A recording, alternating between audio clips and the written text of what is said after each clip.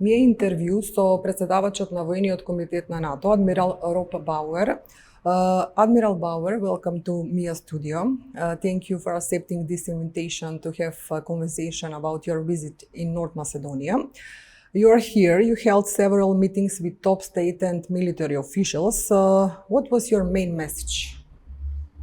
The main message, and it's great to be here, thank you for having me.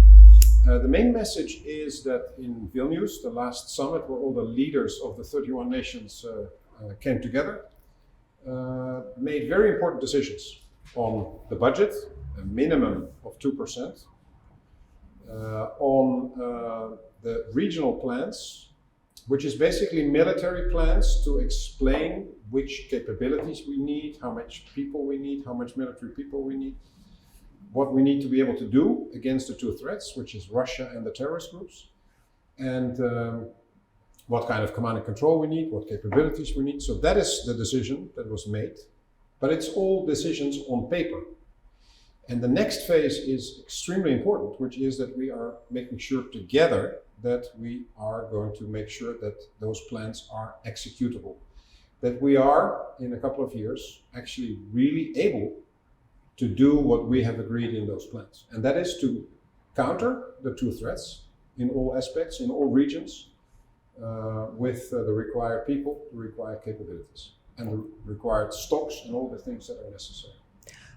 So North Macedonia is already a NATO member, but the process of harmonization with NATO standards is not fully completed.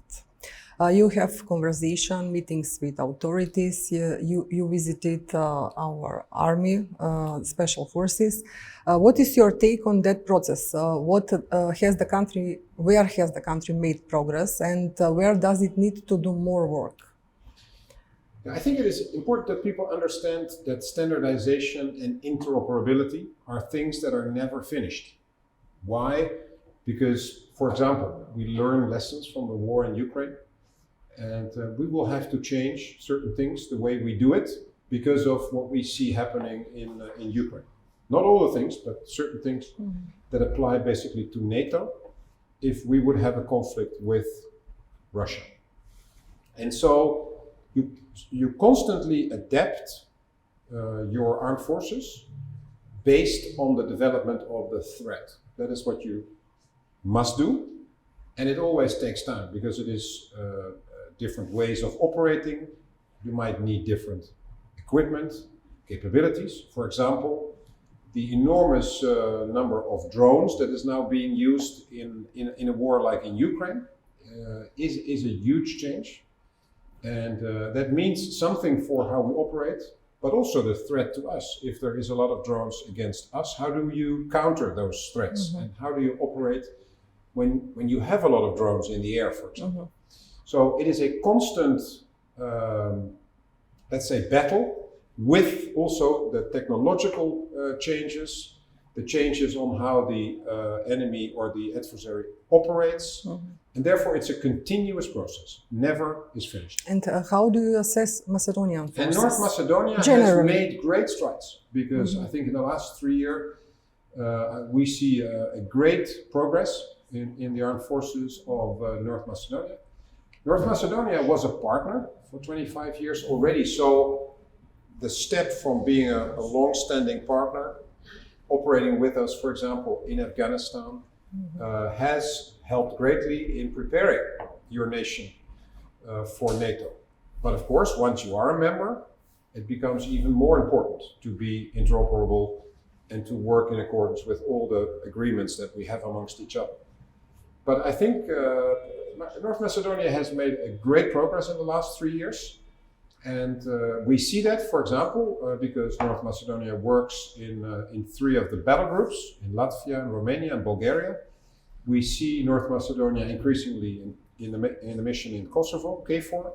We see North Macedonia in Iraq. So there's a lot of missions and operations in which North Macedonia is operating as a NATO member and is fully aligned with the rest of NATO. You mentioned the equipment, the modernization and importance of this process. The modernization of the army is one of the priorities of Macedonian authorities. Instead of recommended, I think, 20% of the budget, Macedonian authorities allocated over 30% for modernization of the army. What is your opinion of the course of this process of the forces? Yeah, so what we have agreed is that there is a minimum of 2%. And not 2% of the GDP of the budget that is spent on defense, and then within that budget, 20% on investments, minimum. Yes. But it might be necessary, as is the case now in North Macedonia, to spend more because there's a lot of new equipment required. Things for the armed forces on the ground, things for helicopters for transporting people. So infrastructure. So there's a lot of investments in a lot of nations that require investment. And I think it's a trend to see that in NATO at the moment, because of the fact that we have not invested enough for so long, that now a lot of investments are necessary to renew equipment, to make sure that we remain up to speed with all the technological changes and with the requirements that are connected to these regional plans that I talked about. You mentioned the 2% and that is the minimum of the GDP that a member state should allocate in NATO funds. The country plans, you already have meeting with Ministry of Defense that the country allocates 1.85% and 2% is going to be, I think, next year. These are funds from the budget, which flow to NATO. How much is the investment worthwhile, and what do Macedonian citizens get in return? Yeah, it's something that I very often hear, and it's a misunderstanding that money floats to NATO. Yes, but actually, we it's can an explain. investment in your own armed forces, in your own security. So therefore, it is not money that we get in Brussels headquarters and are going to spend on things there. No, only a very limited amount of money goes actually into what we call common funding. Last year, that was 0.25% of all the budgets together spent by the nations, of all the 31 nations. So it's a very small amount of everything that is spent on defense. The majority of the money is spent in your own nation to improve your armed forces, to become readier, to become more able to actually perform all the tasks that are necessary. So it is not money that goes to NATO, it is money that goes into North Macedonian security. And yes, for many, many years, nations did not spend enough money on their security and their defense. And that is the change that is happening now. There's a number of nations that say, actually, we need more than 2%. But the consensus, the agreement has been minimum of 2%, which is a big change from what was agreed in Wales in 2014, where the nations agreed we are going towards 2%. And so there is still a number of nations at the moment. This year, 11 nations are spending 2% or more. So there is still a lot of nations that have to pass that point of 2%. But in accordance with the information that I have on the projections for 2024, there will be an increase in that number in next year. So I think we will see that it will increase the number of nations that will pass the 2%, primarily not because it is this figure, but because it is necessary to improve the defense of our nations, our allies. NATO is a guarantor of stability, respect for borders, sovereignty, and territorial integrity of the countries. However, the ideas of greater states, romantic ideas, do not seem to leave the region of Western Balkan. They are also expressed by high-ranking officials. So how much do you consider such public appearances to be a real threat of the stability of the region of Western Balkans?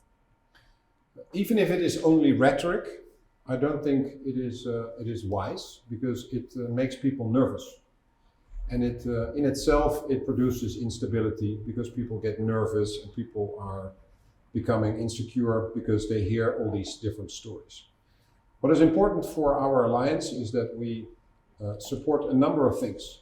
One is the idea of sovereignty, the idea of internationally recognized borders, the idea that a nation is responsible and able to think about its own future and its own destiny, and of course the rule of law. Those are the four things that are crucial in our alliance when it comes to how we deal with each other. And I think that is amongst the members, the way we talk to each other and solve issues. Because there is also within our alliance, there can be arguments, there can be disputes maybe even. Mm-hmm.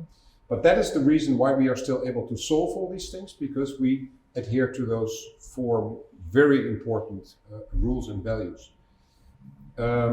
If other nations are not doing that, and we are involved in those nations through operations, for example, outside our area of responsibility, then of course it is up to the nations where we are to basically assist and help in restoring that stability. First and foremost, it is not to anyone else than the nations themselves primarily to solve these issues and to make sure that they live in peace together. Yes. Because that is in the interest most of the time for the citizens in those nations. NATO is guarantor of stability. NATO membership is seen as guarantor of stability, but how much is EU membership also important in that package of global security and stability, both for North Macedonia and Western Balkan as region? And what do you think staying outside of EU would mean in the current geopolitical circumstances? There is a war in Ukraine, and globally there are some movements. NATO is not the guarantor of everything. So yes. In that sense, there is still a number of things where NATO is not primarily looking at. We are looking at the physical security of nations. That is what the alliance is about, the defense of the alliance. So I think there is a number of nations in the alliance that is a member of both NATO and the EU, and there is also a number of nations that is only a member of NATO, and therefore it is not a prerequisite to have both to be member of both organizations. We see with, for example, the accession of Finland and Sweden, that more and more nations of the EU are also a member of the alliance. And that some of the nations that are only member of NATO are striving to also become a member of EU. And that is primarily a political discussion amongst nations within the EU primarily to allow other nations to join. So it's a political discussion I will not will become a part of. But it is good to understand, for example, and that is an interesting fact, that with the accession of Finland and Sweden, 96% of the people in the EU are protected by NATO, and that is an interesting fact in itself. That is the answer of the question. How much is North Macedonia and the region generally the target of cyber attacks, propaganda, fake news? Yeah. I'm not necessarily the right person to ask this question to, because I'm not North Macedonia. Yes, but from the NATO point of view. Yeah, so what we see is that if a nation is attacked, for example, with cyber, then it is up to the nation if they inform NATO about it. We have agreed in NATO that it is possible that cyber attacks can lead to an Article 5 situation, where an attack on one is an attack on all. So that is an interesting policy decision that has been made. But at the same time, the same goes for physical. If you have a physical incursion in your nation, nations will report to NATO that it happened, and then NATO will respond. And so it starts with the nations themselves. And in our treaty, you have Article 5 that most of the people know, which is an attack on one is an attack on all. But we also have Article 3. And in Article 3, it says that every nation is responsible for its own defense, first and foremost. But if you are attacked, the rest will come to help you. And so in this case, with regard to cyber, then it is up to the nation whether they want help or not. And then in a number of cases already, NATO has sent experts to North Macedonia to help to assess the situation. So that at the moment is what NATO does on request of North Macedonia or other nations. But we see in general that misinformation, disinformation, cyber attacks are increasingly part of the type of attacks that any nation can be under. And it's our alliance itself that experiences cyber attacks regularly. It is nations that experience cyber attacks regularly. And so that is something of great concern. And the main thing I think NATO is able to do is to, and we talked a little bit about it today, is to help North Macedonia with expertise and how to become less vulnerable to those attacks. There's fear that war in Ukraine could become a frozen conflict. On Ukraine Independence Day, August 24, you posted a tweet honoring the courage shown by Ukrainian military leadership, adding that Ukraine is on the path to victory. What is the reason of this optimism? Yeah, I think there's a lot of news where people talk negatively about the offensive, that it's not going fast enough and that it's not going as well as everybody expected. But people have to understand that it is extremely dangerous, that it is extremely difficult. We are talking about minefields of 10 kilometers and more, and on every square meter, 5 to 6 mines. That is the challenge the Ukrainians were looking at. And because of, for example, the enormous amount of drones used by the Russians, they have a good view on the battlefield along the front. And so when the Ukrainians were using armored vehicles or mine-clearing vehicles, the Russians were able to destroy them. And so the Ukrainians have had to choose a different tactic. And that is basically crawling forwards, clearing mines, moving forwards in this extremely dangerous and difficult area.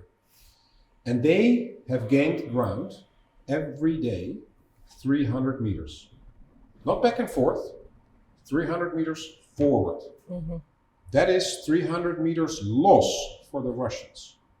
So my saying that they are losing, the Russians, is you are losing 300 meters every day.